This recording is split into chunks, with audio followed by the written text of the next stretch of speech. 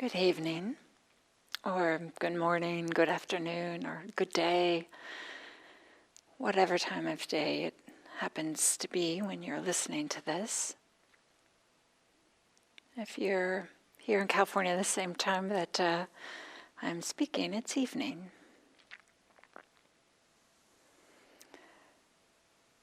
I wanted to talk a little bit about how some of the perspectives that we take influence our experience, the perspectives that we have in our minds that, sometimes we're not even aware of them, but they influence our experiences directly and indirectly.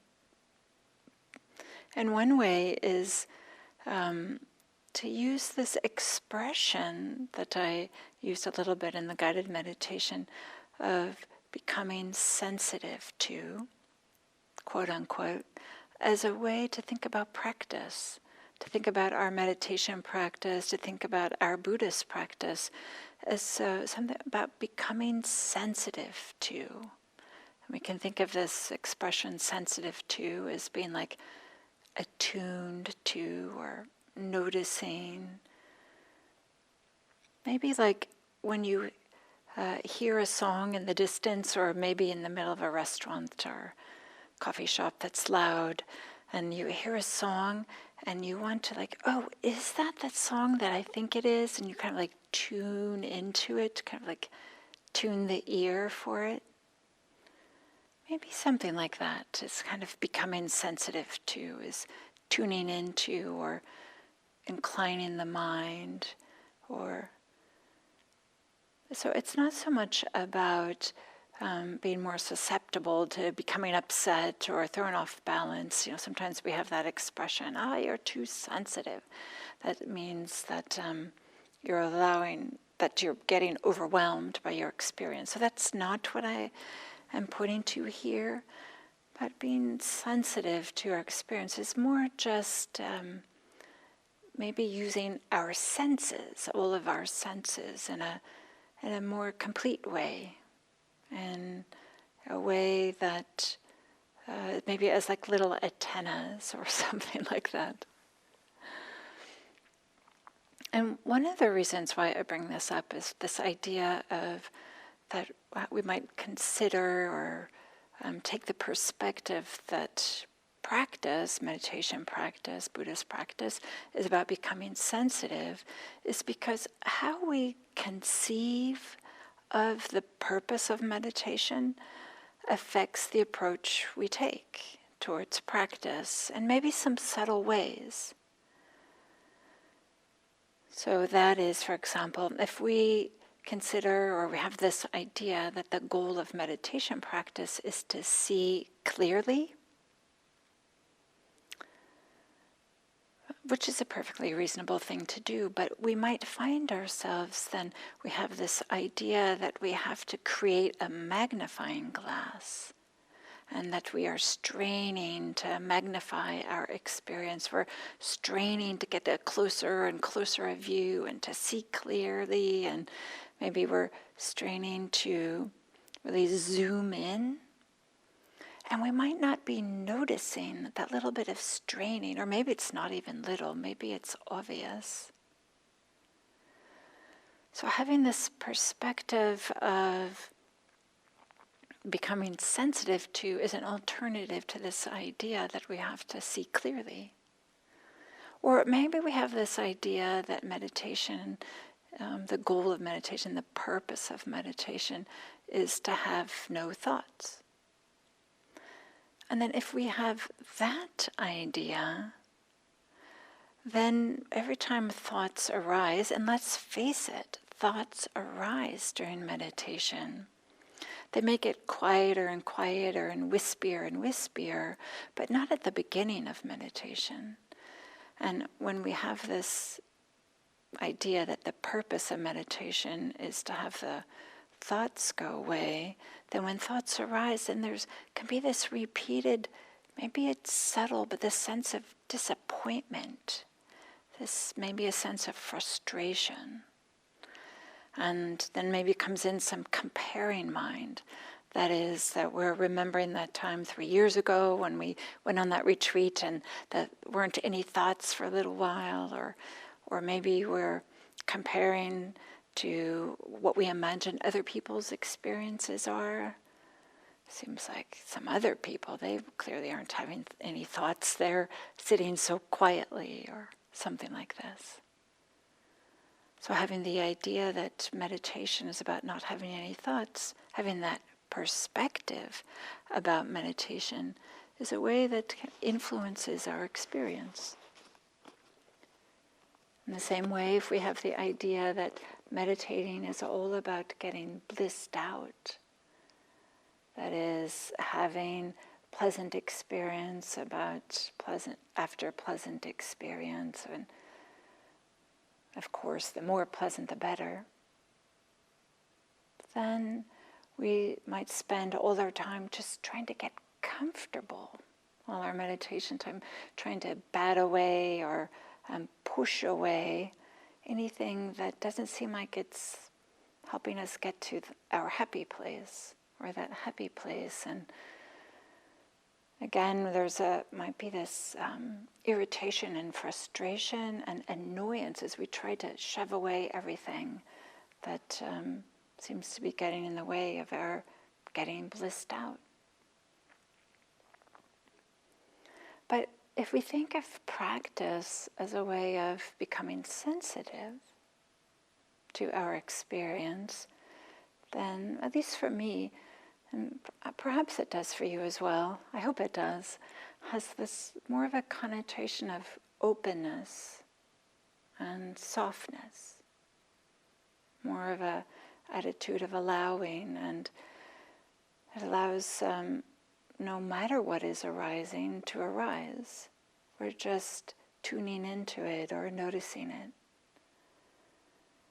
And having this perspective that meditation practice is about becoming sensitive to our experiences helps us to recognize that there are a range of experiences.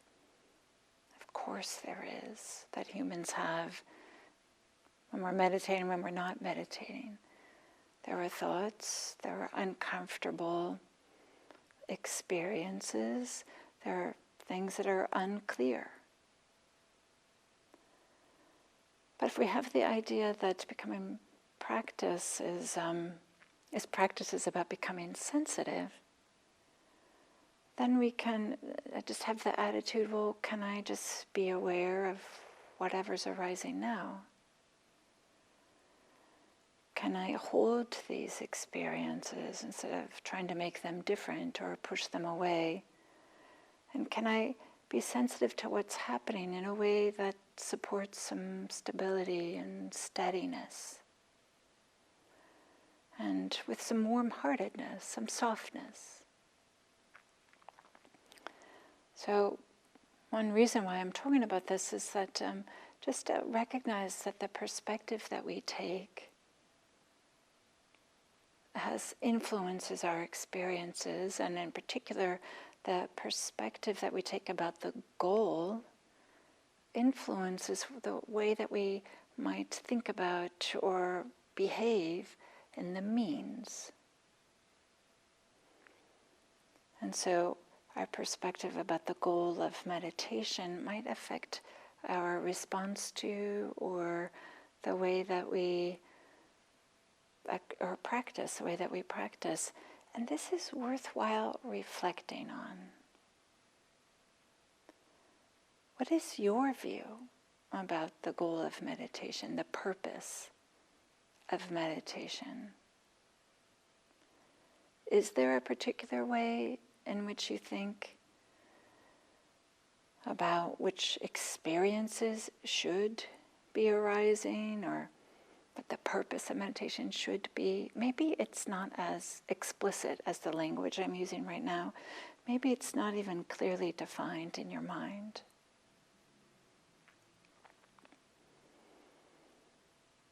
But maybe there's a view in which that shows up in the way that we interact with our experiences or meet our experiences while we meditate. And maybe this way is helpful or not so helpful. And such a big part of meditation practice is, in fact, learning to be flexible, learning to be malleable, and to have some plasticity in the way that we approach our experience. And to include that maybe it's appropriate sometimes simply for us to be sensitive to our experience. That is, we can be sensitive to our bodily experience, either the global bodily experience, for example, like feeling the posture, or to sit and know you're sitting in some global way, some general way, being sensitive to whether your posture kind of has the balance between being alert and being at ease.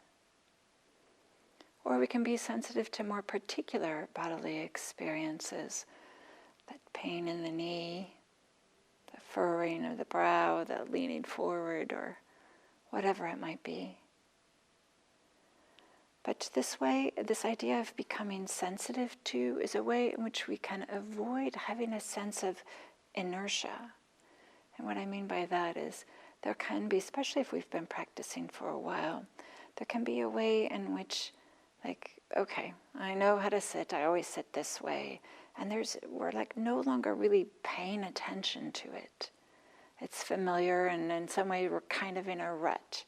I sit this way with my hands this way, but there isn't any longer a being in tune with or sensitive to what's actually happening, what's the bodily experience.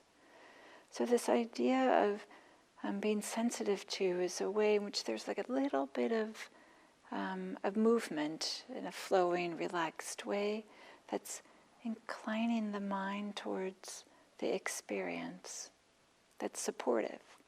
So not so much like this deep probing, I have to figure this out, but more in a way in which brings this sense of aliveness, or brings a sense of awareness that brings along with it a sense of vitality or energy in some kind of way.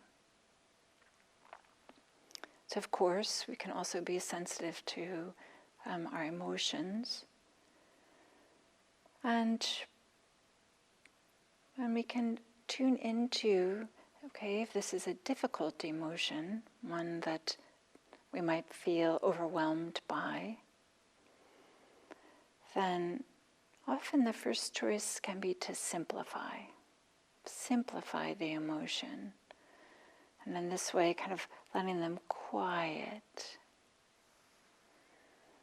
And so one of the easiest ways to simplify an emotion is to become sensitive to bodily experiences that are associated with an emotion.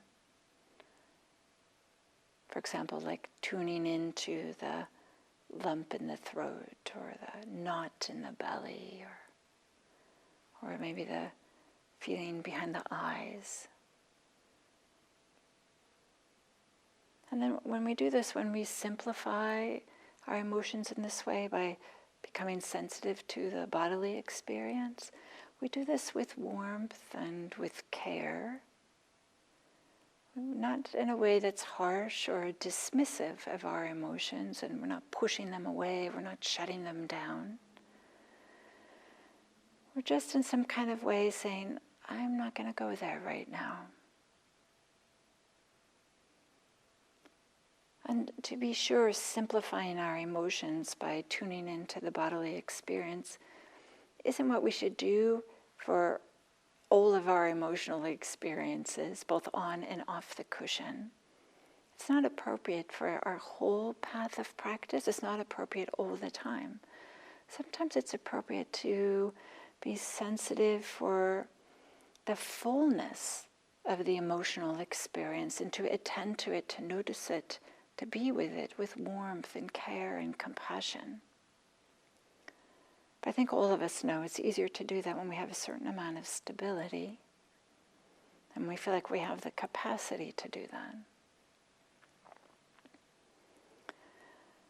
So the approach, whether we are simplifying our emotions by tuning into the bodily experience, or we're being present for the whole shebang of our emotions, which approach we choose is, we learn. And it's for each experience, we learn by exploring, by having a sense of curiosity, by playing. And so much, a big part of meditation practice is being able to pick up tools, such as this idea of simplifying emotions and being sensitive to the bodily experience during emotion. So having this flexibility to pick up tools and to use them, but also to put tools down and to notice when they aren't helpful. Maybe some things are helpful on the cushion but not off the cushion, or the other way around. So being sensitive to our emotions and which tools that we're using to be with them also includes being sensitive to what leads to more suffering and what leads to less suffering. And there's so many different ways we might determine this. Suffering might be feeling overwhelmed, or it might be a feeling of constriction and stuckness. Or it might be still difficult and uncomfortable, but there might be a little bit less suffering because we're being sensitive to what's happening, and there's still a little bit sense of being able to move forward, that there's a moving through, or metabolizing or processing in some kind of way that maybe we don't even understand. So this idea of being sensitive also to what kind of tools that we're using, and is this the best tool at this time? And sometimes we don't even know that. Maybe I should say all the time. We only learn this through experience, through trial and error, which of course means there will be a lot of times when we discover, oh, yeah, maybe that wasn't the best way, but it's what I did, and I learned something from it. So in the same ways, we can be sensitive to our mental experiences. We can be sensitive to, in general, what are some of the perspectives or attitudes that we have? For example, do we find ourselves stuck in a us versus them, me against the world kind of a mindset, in which we find that we're doing a lot of blaming? I can't believe they did that. That person said that. I can't believe I did this. Yeah, when we find ourselves filled with the kind of feeling being stuck in this way of this us versus them, or blaming, when there's these really strict ideas of there's a self here and maybe there's a self over there, and that self shouldn't be that way, or this self shouldn't be that way, or of course we're not using this type of language explicitly, but there can be like this general attitude or perspective that we're taking, in contrast to maybe finding ourselves filled with appreciation or gratitude or certain softness or openness to our experiences, even though they might be uncomfortable or they might be comfortable, but the perspective we take influences the comfortableness or uncomfortableness of those experiences. So we can become sensitive to the general way in which we are with our thoughts, just this kind of global sense of me versus the world, or maybe a global things are okay and there's an openness and softness, gentleness. towards types of thoughts that we have or attituding that we have. In the same way, we can become sensitive to the particular types of thoughts that we're having. A lot of planning, or a lot of fantasy, or reminiscing, or story making of some sort or another. Or we might become sensitive to the particular type in terms of it being light or wispy, or in some ways being not so solid, that they're like coming and going. And so we can also become sensitive to the felt experience of the mental experience. That is it tight or constricted, or is it flowing and spacious? Maybe the thoughts are rapid or languid. And if we find that the thoughts are persistent, then we can become sensitive maybe to if there's an emotion underlying them. And then if we discover that there's a difficult emotion, then we can do just like we did with difficult emotions, becoming sensitive to a bodily experience, simplifying the difficult emotion and tuning into a bodily experience that's associated with it. We can also become sensitive to the amount of effort we are applying during the meditation. I mean, even part of the reason why I'm saying this word sensitive to is to just get a sense of the feeling of the type of effort that is needed for it to becoming sensitive is more of a type of an opening or allowing movement, as opposed to this idea of getting concentrated or getting focused, which implies more of a kind of like a bearing down type of effort, closing, and I'm finding myself like hunching my shoulders and making a fist, that kind of effort, or more of a relaxed, open effort.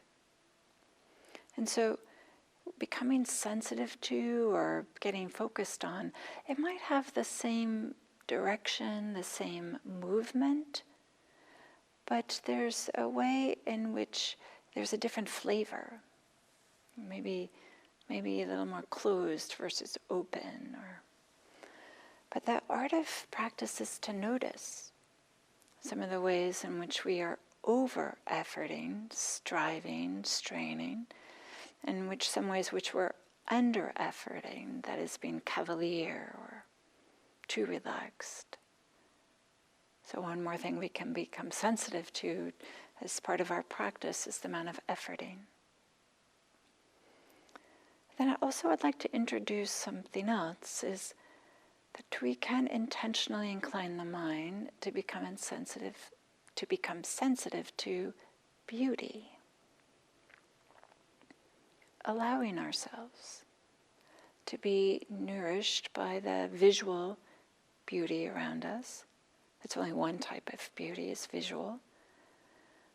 Chances are that you're sitting in a room right now, and perhaps there are things hanging on the wall that were put there because maybe they're visually, aesthetically pleasing. Maybe they have sentimental value. Maybe there you have coffee table books, so to speak, books that are filled with beautiful pictures, or calendars that have beautiful pictures on them. So a way in which that we can become sensitive to the beauty, there's another way in which we can maybe soften and allow. When we kind of like tune into beauty, there's a way in which there isn't usually a bearing down, but instead there's an openness to this. We can see this sometimes when we go outside, when we go for a walk, either just in our neighborhood or maybe even driving in our neighborhood, or wherever we might be. We can tune in to become sensitive to the architecture, the colors, any in nature, trees, plants. And this is a way that can really support us and help us find some stability. So then we might ask, well, if practice is about becoming sensitive to all these things, surely there's got to be more to it than that. And when we become sensitive to all these different experiences, all of our experiences, and tuning into the amount of effort we're applying and being nourished by the beauty that might be internal as well as the gratitude and compassion that we might find, then we begin to notice more.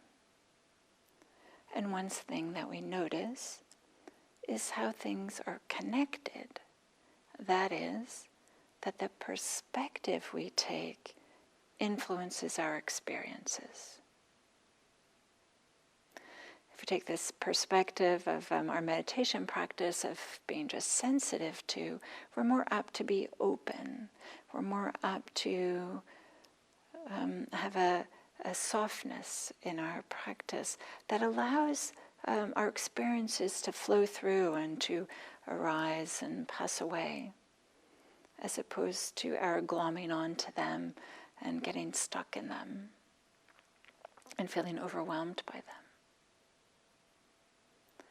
We might notice that, of course, that when we're hungry and for something has just triggered that a memory about a fight that we had a number of years ago, or maybe even the other day. And then, of course, we're more apt to have anger in the present moment. Because we have this perspective, we've been stewing maybe in some anger, then we're more apt to become angry. Or if we've been practicing loving kindness or appreciating beauty or reflecting on appreciation, then maybe that same example, that same experience, we're less apt to become angry. I'm not telling you anything you don't already know. We all know this. That's why we have this expression of, well, maybe you should sleep on it. We say that because this recognition that, oh, you'll see things differently later. And when you see things differently, you'll have a different response to them.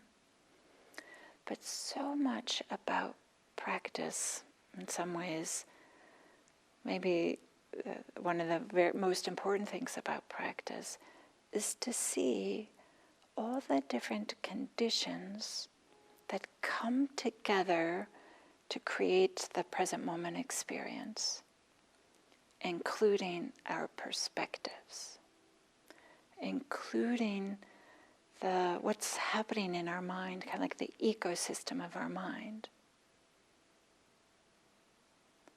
And recognizing this, we can adjust, shift, affect our perspectives, which then affect our experiences, which then make it easier to affect our perspectives.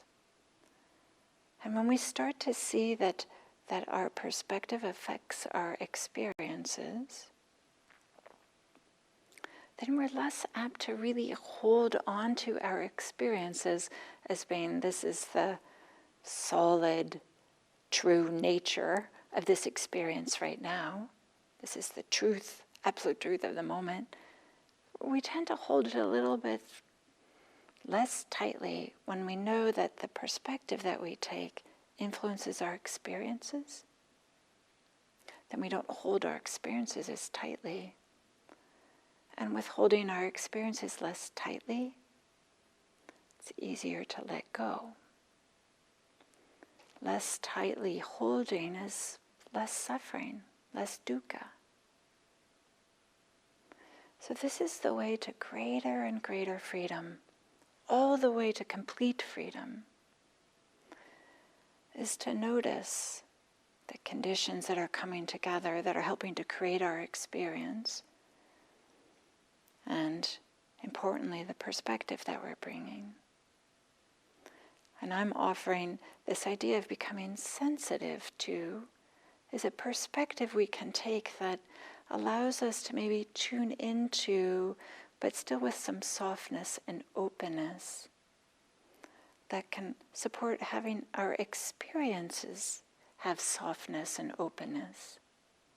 And maybe for them to have a little bit less of a solid, static experience that we can get ourselves stuck into, but instead can allow some letting go so that we can find some more freedom. So in this way, being sensitive to our experience, one way of understanding practice is how practice can lead to freedom, all the way to liberation. Thank you.